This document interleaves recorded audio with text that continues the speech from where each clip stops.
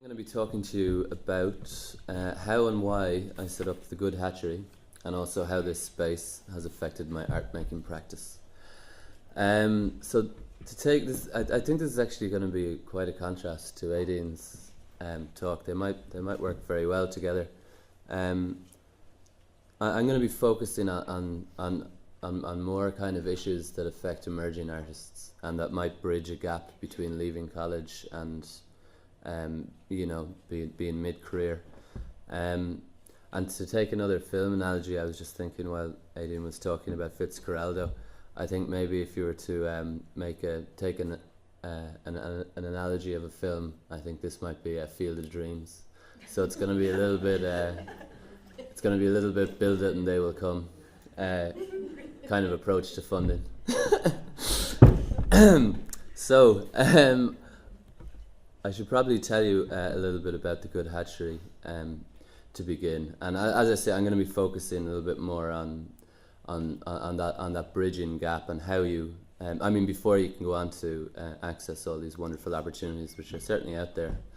There are other. You need a roof over your head, for example, and you need a laptop. Things like this, to be able to type up your proposal. So the Good Hatchery was set up in 2007, and it's I suppose primarily it's an experimental art space, or an artist-led space, that sets out to investigate the production and the dissemination of contemporary art in Ireland today. And it didn't begin like that. It has evolved into a bit of a beast that involves many things, including these. It's an artist-led space. It's a group of individual art practitioners. It's collaborative practice. It's a space that runs residencies. It's groups that curates exhibitions. It's an organisation that produces publications, among other things. We also organise gigs, events, offer support mechanisms to artists and curators, and materials, all sorts of jazz. But at the beginning, it started out as an experiment in space and finance. So I'll tell you a little bit about what this means to me anyway. It began, and when I say an experiment into space and finance, I mean for us. So we were graduating in 2007 from the National College of Art and Design. I've chosen this slide to represent what the place looked like. So 2007 was, I suppose, a lot of people would think of it as the height of the Celtic Tiger, or certainly the peak of house prices. And even in 2006, when we were in the sculpture department, there was a huge amount of talk about the issues that would be facing us when we left, which was a fantastic thing that they were doing this at the time.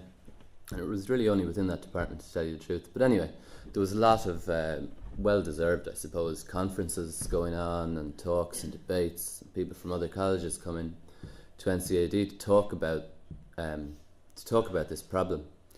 And the figure that was being bandied around at the time was that under 2% of art graduates every year in Ireland go on to have a related career in the arts after 8 years. So that would include writing for circa, being a photographer. So that's under 2 out of 100 after 8 years. And this was extremely shocking to us, who, all of us thought we were going to go out and take over the world. And that really was quite an emotional response we had to it. And this would have been, in 2006. And, there was more and more conferences, and, it does deserve the talking, but we kind of, we're getting to a point where it was kind of going, and it is a very complicated issue. There's, there's institutional nesting happening. There's people who, don't want to be artists, who just want to study art. There's a million different factors to be taken into account, I suppose, to explain this insane statistic. But the one that we thought was blindingly obvious was finance and space. So we were looking at people graduating with a practice that was, highly original and highly considerate, but highly original, and due to all of these reasons was absolutely commercially unviable or unrewarding for maybe the first 2 or 3 years at least, you know. Which actually in some ways didn't turn out to be the truth. I remember, you know, people joking, oh yeah, you know, you make your bread and butter, you know, doing performance art when you leave. But you know, there is a certain truth to that. But anyway, so sorry, our horror at this statistic, we decided to do something about it. And at the time, we were skint students, so we were using. I don't know if you're familiar with this tool. It's a site called FreeCycle. It's an internet recycling forum that began in San Francisco. San Francisco, and it spread all over the world. So you can set up your own group in your own town. You know, I'm sure there's a Galway FreeCycle. And at the time of, you know, this very expensive real estate and renovations, it was particularly popular. So how it works is, you know, if you have a cast iron bath in your back garden in a city, you know, it costs quite a bit of money to get rid of that. So you can put up an offered sign, and you know, someone will come around and say, I'd love a cast iron bath, and take it away for free. But you can also put up a wanted. So we used to try and track down materials for the various projects we were doing through FreeCycle. You know, at the time, if you wanted, you know, 100 badminton rackets, it's actually pretty likely you'd find them through these ways. There's also Jumbletown now, which is actually a lot better, and you have things like Dublin Waste, Waterford Waste, Galway Waste, which are county council ones. Anyway, there was a lot of recycling forums that we were using, so we decided, just as a little experiment and quite naively, to put up an ad which read, wanted derelict house or ruin for artists to live in and renovate. So we were looking for a free house, which are the conditions, or free building, which are the conditions of FreeCycle. There can't be any exchange, even in kind. So we got back some, you know, snotty and sarcastic responses, wouldn't we all, princess, and this kind of thing. But we had our fingers crossed. We knew something had come through. But so we got this email after about a month from a woman in Offaly who showed us this building, and she sent us back an email saying, I have a spare building, there's nobody in it, it'd be really interesting you coming down, doing something in it, you can have it if you'd like it. So we came down expecting some, you know, little half fallen down cottage, and found this 19th century stone building. It's part of an old estate. This is part of the courtyard of the estate, with an insane history, really dark history. A guy called William the Bad used to live there, and he used to this is only a couple of generations ago, he used to pull out landowners' teeth, and horrible character, burnt down the main house and fled after killing his wife. And this is maybe for later on in the in the talk. But we came down and we found this building, and I have a ton of slides. These are all This is very important. This is where it is. It's bang in the Midlands. We were expecting something in Dublin. This is 5 NCAD graduates decided to get together after I put up this ad and go down and have a look at it. We'd never been, as I'm sure most of you haven't, been in Offaly. I don't think anyone's been in Offaly, the more I talk about it. But especially Dangan. This is in the middle of nowhere in East Offaly, in the middle of a load of bogs, industrial bogland, so real industrial, Boardnamona bog, and then this place in the middle of it all. So it's slap bang in the middle of Ireland there. It's a great place to travel from. But we span down anyway on the bus and checked it out, and we're blown away, of course, and said, definitely, we'll be straight down when we finish college. This was about 6 months before we did even finish college. We were really upset by this statistic. Like we were so so it came with this wood, which was the old roof of the building, and this is the courtyard that it's within. It's surrounded by some rooms, and the woman Eileen lives in this other side. So she doesn't have any money to renovate any of these buildings. She's quite young, and she's had to sell all the land for farming and stuff. So she lives there and has a background in craft and stuff, but doesn't, wants to do a lot of stuff, but doesn't really Anyway, so this is what it looked like when we moved down. I mean, it's full of rubble. There's plants growing in there, and whatnot. There's no electricity, no plumbing, but a brand new roof and a brand new floor put in about 5 or 6 years ago, and there's just been animals living in there since. 3 windows upstairs, no insulation, that kind of thing. But we thought this was absolutely fantastic. So this is actually the first day that we went down. This is the day after our degree show. So we all went down with kind of hangovers and decided to get stuck straight in.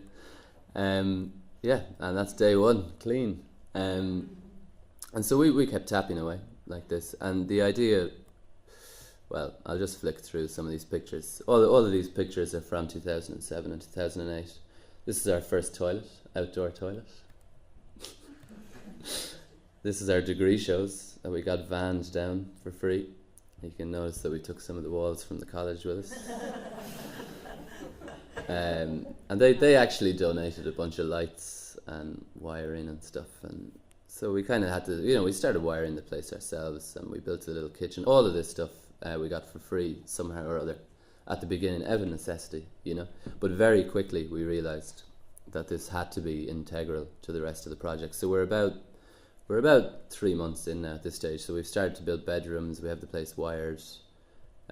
We found this really wild painting there actually, but yeah. So we realised very quickly that it was part of the ideology of what we were doing, that we couldn't involve any of our own financial input or any of Eileen's financial input. That we wanted to keep this as a project, an experimental project that nobody owned. So that if Eileen said, I'm sick of you, you have to go, we'd go, oh, grand, and we wouldn't have lost anything, If anything, we would have had a roof over our heads for 6 months, and vice versa. If we said, here, look, we're going to do a residency in Taiwan and we're not coming back, she wouldn't be like, oh, but I've spent money on kind of. Invested money into what you're doing. So that was one of the first things we decided in terms of an ideology for this space. Dug up the ground floor, we found cobblestones, started building rooms downstairs, installed some fires. Again, all of this, we got this from a Garda station for free. That's our first shower. So these are the studio spaces that we started. We split the top floor into studio space and living space, and the ground floor into workshops, and got a nice white, clean space happening. So at the beginning, this was very much a space that we'd carved out for ourselves to be artists, and for ourselves to bridge the gap between being an emerging artist and somewhat sustainable practicing artist. But as I'll go on to tell you, this situation changed. These are just random slides of bits and bobs of renovation. This is when we insulated the building. Again, these are just more. This is the second fire that we installed, second stove, and finally, we got ourselves a light up sign. Yeah. So in terms of how this situation impacted our practices. There's 5 of us down there at this time, 4 artists and a musician. I suppose what we were attempting to do, and how it did operate at the beginning and still does to a certain degree, is that it gave us a huge amount of spatial freedom and financial freedom. So this kind of allowed us to be able to spend time making art and making proposals. We didn't have jobs. We were looking at people who were graduating a couple of years ahead of us, who were at the time spending €600 on their apartment in Dublin and €400 on their studio. So that's $1,000 a month, and they were making little tiny, plasticine sculptures, and it's like, ooh.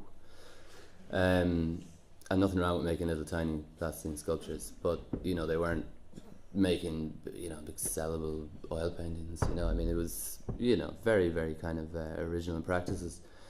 So this gave us an opportunity, certainly for the beginning, to try and bridge that gap. We had no overheads whatsoever. We weren't renting the building. We had no bills, and that was a great beginning. But what's, I suppose, what's more relevant is the kind of freedom of time it gave us, rather than financial or spatial. That we didn't have to take on part-time jobs for the first year, that we could get fully stuck in, which I think is hugely important, and it did allow us a base to access opportunities from, which I think was very, very important. In terms of spatial freedom, it did give us just the mentality of working big and working with materials in a very hands-on way. This is actually another project that myself and Aideen were involved in St. Anne's Park. I'll talk about it. Yeah, I suppose. Well, my own personal practice is it's based around social capital and kind of tinkering with wealths that are created by networks of people, rather than, or in opposition to economic capital or cultural capital. It's a wealth that's created between interactions between people, and a wealth that those networks are in and of themselves. Like, for example, boy racers find a huge amount of support in being boy racers, and a huge amount of wealth in that. And this has a huge history of interactions with land, from a kind of Marxian position, I suppose, in terms of enclosure of commons and things. And this project is a project that happened in St. Anne's Park in Dublin last summer, before last, was it? Yeah. 2009, yeah. But a very, very simple project. We were asked to respond to how people use the park today. And it's a Victorian land owned by the Guinness estate originally, that's now been made public. So I made a Victorian lawn tennis court, which was scaled up 5 times. So these are the net posts, and people. The land is exactly the same there. It's this beautifully manicured land that originally one family used to walk around with their, visiting friends. And look at my beautiful land, and they used to use it for pleasure, And it is still used for pleasure, but it is still used after doing, I found, used by the people who live around there. It is kept private, even though it's 30,000 people using it, and they do still walk around, and I think of themselves differently. The people who live near the park in Clontarf and neighbourhoods that surround this kind of private, huge park, I think they do think of themselves differently as people from Marino, for example. Anyway, it was kind of curious to see that 30,000 people are still using the park in the same way, going, oh, we can go walking our dog on a Sunday, and isn't it grand? So I built a Victorian lawn tennis court, which was used for these purposes. It was a pleasure activity, using real estate for pleasure and to express wealth and class. So I made a ludicrous version that 30,000 people could try and play at the same time. So this is very long. It's a huge tennis court. It was called Supreme Court. That's my father playing tennis. There were many fights over the rackets. And that stayed in position for a while. So in terms of kind of the spatial freedom it gave us, I think that was very important. And kind of it gave us a very different mentality to people who were working in their bedroom. I think that's all I need to say on that. What became really important to this project was that within 2 months we realised, before the five of us came together and sat down and said, are we going to take on this project? What are the pitfalls going to be? How do we approach it? And the first thing was, it's the countryside. It's in the middle of nowhere. The last thing we want to be doing is isolating ourselves if we're going to be trying to bridge the gap between emerging as artists and building a sustainable career. And coincidentally, mobile internet had been invented that year. So we were pricing, the first thing that we needed in there was internet. It was in before plumbing, before proper electricity, before anything. So everyone agreed internet needs to be in there immediately. And it ended up being ridiculously cheap. You could get mobile internet is that even at that stage for kind of €30 a month and be potentially anywhere on the island. So very quickly we realised that all the opportunities that we were involving ourselves, which I think is pretty much the same case now, was digital, so that or even through the post. So that, we were hearing about opportunities through VAI. We were presenting works that we had done, because most of us would have a socially engaged practice, or certainly a site-related practice. So we weren't working in galleries very often at this stage. So we were presenting the work that we have made back to the art world on the internet. We were looking for opportunities on the internet. Really all that we were doing in urban places was turning up to exhibition openings and chatting with people and drinking wine and seeing art, which can be done one day a week, I think, is enough for that kind of thing. So immediately the crux of the Good Hatchery at the beginning was this huge myth that you had to stay in Dublin, that people were spending €1,000 a month perpetuating and going, I can't leave Dublin, because if I leave Dublin, there's no way I'm going to be, I'll be completely removed from the art world, and then they end up in this horrible situation where they've got a part-time job and they're working out of their bedroom and they're spending a fortune on their rent, which is very unhealthy, I think. And we thought, so I mean now, more than ever, I mean it's even cheaper now. I mean you can be anywhere on the island nearly and still be completely connected to the art world. So I'm not sure what I have next. Oh yeah, this is another project that 18 was involved in. This is the residency in the Limerick City Gallery.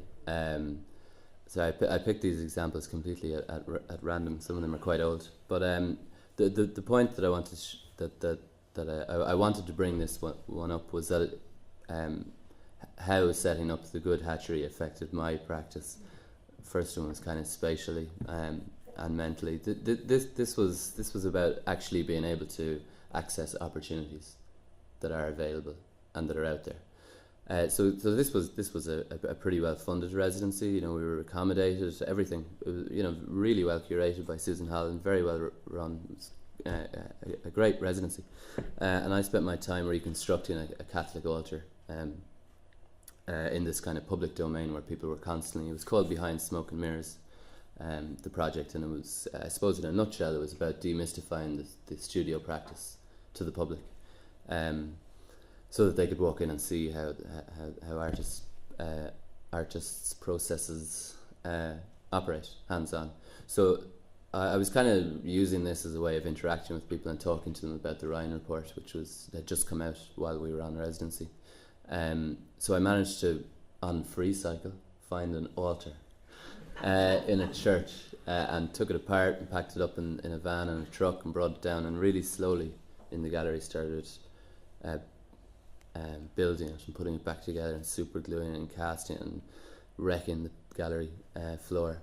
And eventually had an altar that I presented in a gift, and all of this process was based around conversations that I had designed to kind of have with people and offering it to them. People would come in and say, what are you doing? And I'd be like, I found this altar in a skip. And they'd be like, really, what are you going to do with it? I don't know.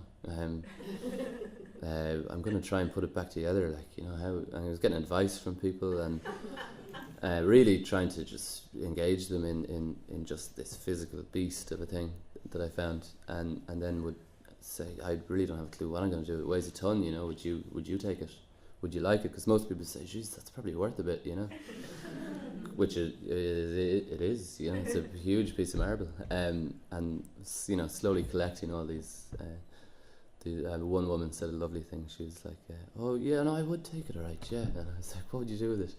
I think this is the most telling kind of response. But she said, oh yeah, no, I'd put it out in my back garden, but I'd cover it up with a carpet, and I'd put something beautiful on top of it, like flowers.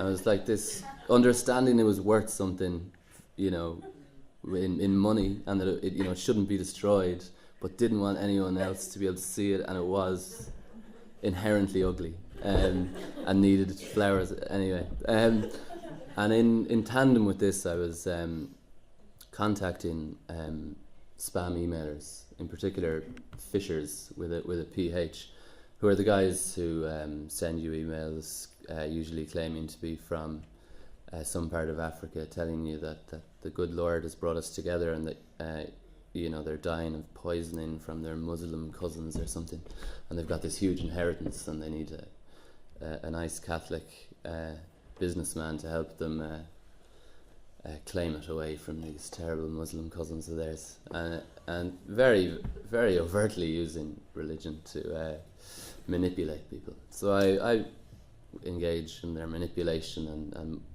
and struck up conversations with them. So I responded and said, I'd love to help. This sounds terrible. How can I help? And ended up sending them over my driving license and pretending to be from Limerick, using my I used an alter ego just for safety reasons, but faked up some driver's license, used the address in Limerick.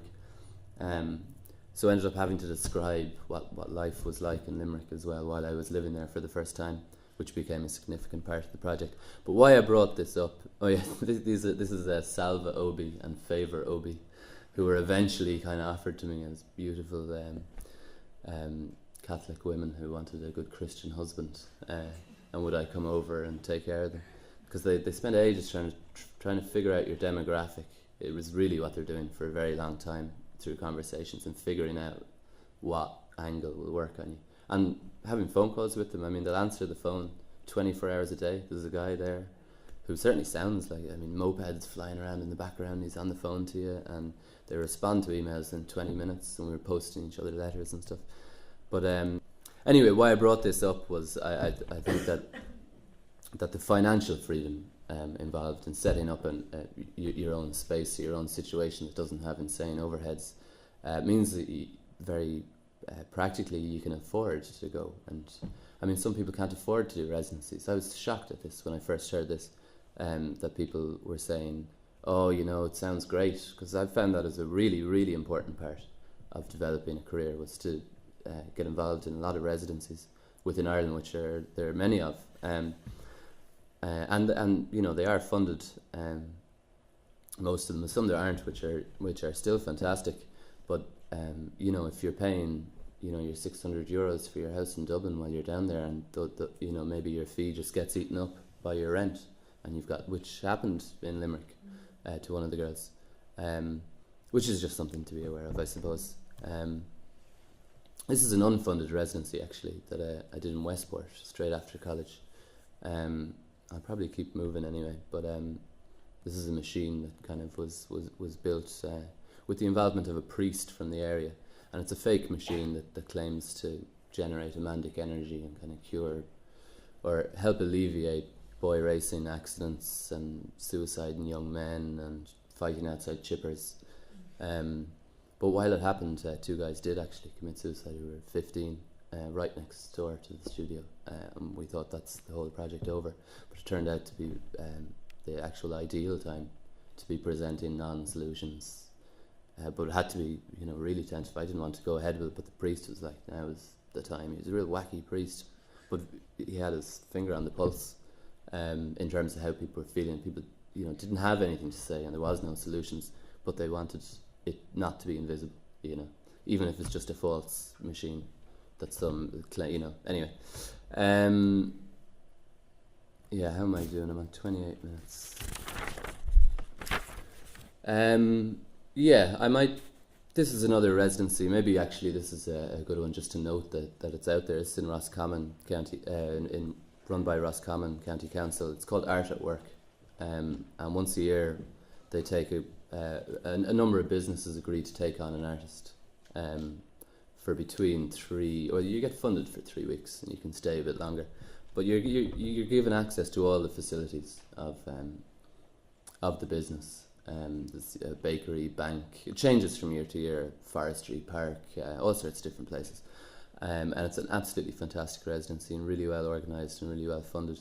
I was in the Origna coal plant, which every day all this wood gets brought in, recycled wood.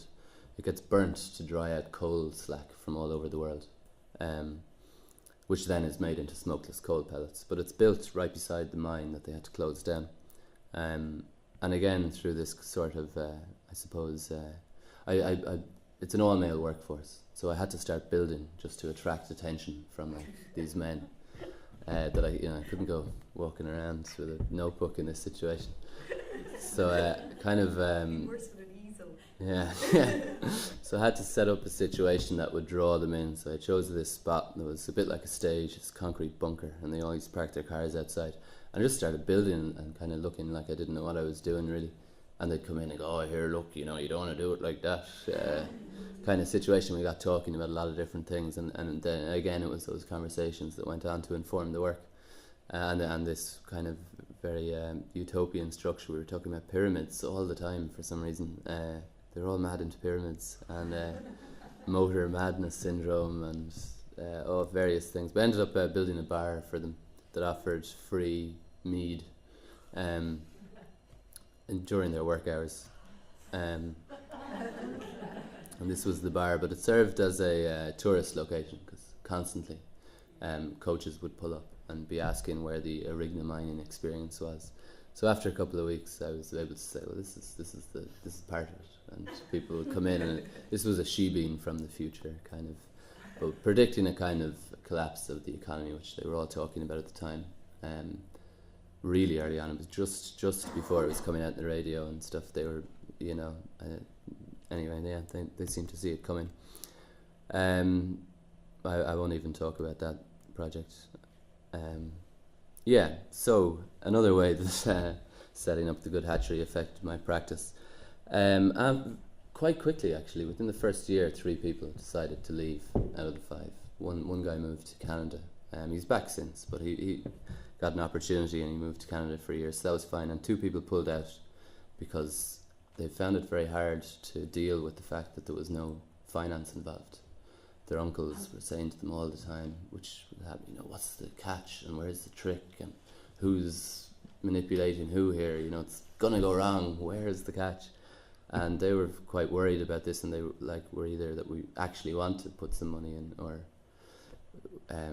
get a kind of lease agreement going. And we were like, I don't think that's going to happen in this project. So they decided to take a step back, which left myself and Ruth Lyons running the place. We still get on very well, and they come down and do residencies there and stuff. But it gave us an opportunity to curate the space because we were left with accommodation and studio space. So we run a curatorial practice there and kind of moved into curation. So we run a lot of projects down there, but we offer free space to artists and to projects for various briefed and unbriefed projects. I'm just going to whip through some images of 2 projects, one called Sapphire Highway, which this is an image from, and another one called Celestial Salt, both which sought to bring artists from urban areas and from areas that haven't been involved in Offaly, but bringing practices that are specific to urban areas to a very strange rural location. This is Alex Conway performing a sound piece that he made for Dublin. This is Anita Delaney's what's called Pyramidal, which was originally made for Palace Contemporary. There's our fine Taoiseach, who Ronan was trying to catch. Actually, I'll let the publication speak for these. I've brought along copies of a publication documenting Celestial Salt with a lot of writing and text in there. Because I'm kind of conscious of the time. I'll just flick through some of these images because they're quite interesting. But I suppose the objectives that we had here were quite strong. So we wanted to make something happen. So, for example, a lot of these aren't funded. A lot of these projects, which is why I brought them up. At the beginning they weren't at all funded, but we had a very specific want that we wanted to make something happen. And Offaly doesn't have one of the best or the most developed arts. It didn't have an arts plan until we moved down. It's the last county to get an arts plan. It doesn't have a gallery in it. Only county in Ireland does not have a gallery in it. And they're working well within what they can do. But we had. I suppose what I'm trying to bring up is we took a very different approach, I suppose, and didn't want to be making proposals and didn't want to be accountants and didn't want to be sitting in front of a computer at the beginning. I mean, we were very idealistic, obviously. But we were under the opinion, field of dreams, build it and they will come. Once you start making the work, people, which did happen, they kind of had to fund it. After a while, because it was happening in their county, and that was our first relationship with funding. Was with the local authority, and I think it's a brilliant way to go. Local authorities are funding amazing things, and I think it's the first port of call, which then led on to Arts Council funding, project funding from that. But again, only when kind of it was really beneficial, I suppose, for them to fund it, or beneficial for us both to be involved in a funding situation where we were getting a huge amount out of it, but also were they. So yeah, I'll leave the publication, maybe speak about our curatorial practice. But basically, it's involved with bringing practices, other artists' practices and projects that usually take place in urban areas into a very rural context to highlight the huge amount of wealth that are in rural contexts, and the huge amount of freedoms and opportunities that there are if you move 45 minutes outside of an urban area, or 45 minutes away from somewhere where there's a lot of financial constraints.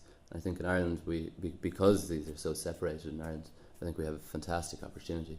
I mean, 20-minute drive from the M50 and you're in, you can't see a building or a person. It's just bogland to the horizon.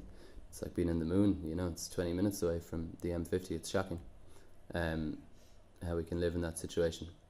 So I think a final way that this changed, that setting up the Good Hatchery changed my practice, was that we were asked to form a collaborative practice.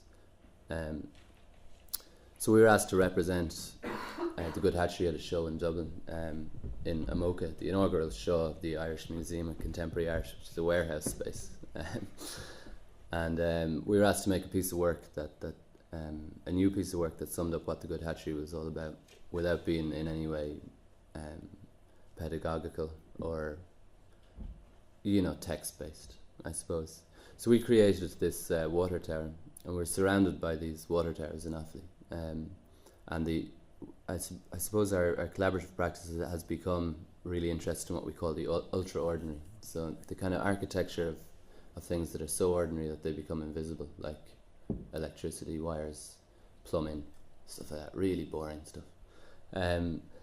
So we built this reservoir that gives out water from, I think it's nine different water towers in the Midlands that people could access via these taps. And there was a photograph of where the water came from, its GPS location, and then all of these jars with no instructions on what you might want to do with it. This is a group show, so there's artists collectives from all around Ireland participating. It was called This Must Be the Place. So in a nutshell, I suppose, exactly what I was talking about, we were trying to, I suppose, show that there is this amazing peculiar potential to places by a really small change of geography.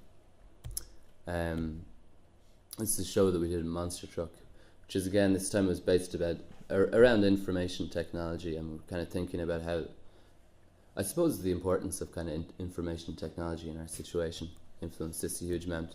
We installed this mass of communication devices on the roof of Monster Truck, with these multicolored cables streaming down the windows, and we bored through the lintels of the gallery to feed them into to these two objects, which I suppose are kind of batteries, they're kind of pylons. They've got refractive grating in between them, which is like a film that splits light into its. So it acts just like a prism when light comes through it. So there's electricity running through these information cables, lighting a kind of chandelier, I suppose. Within these are white oak structures that we built again on a residency. Yeah.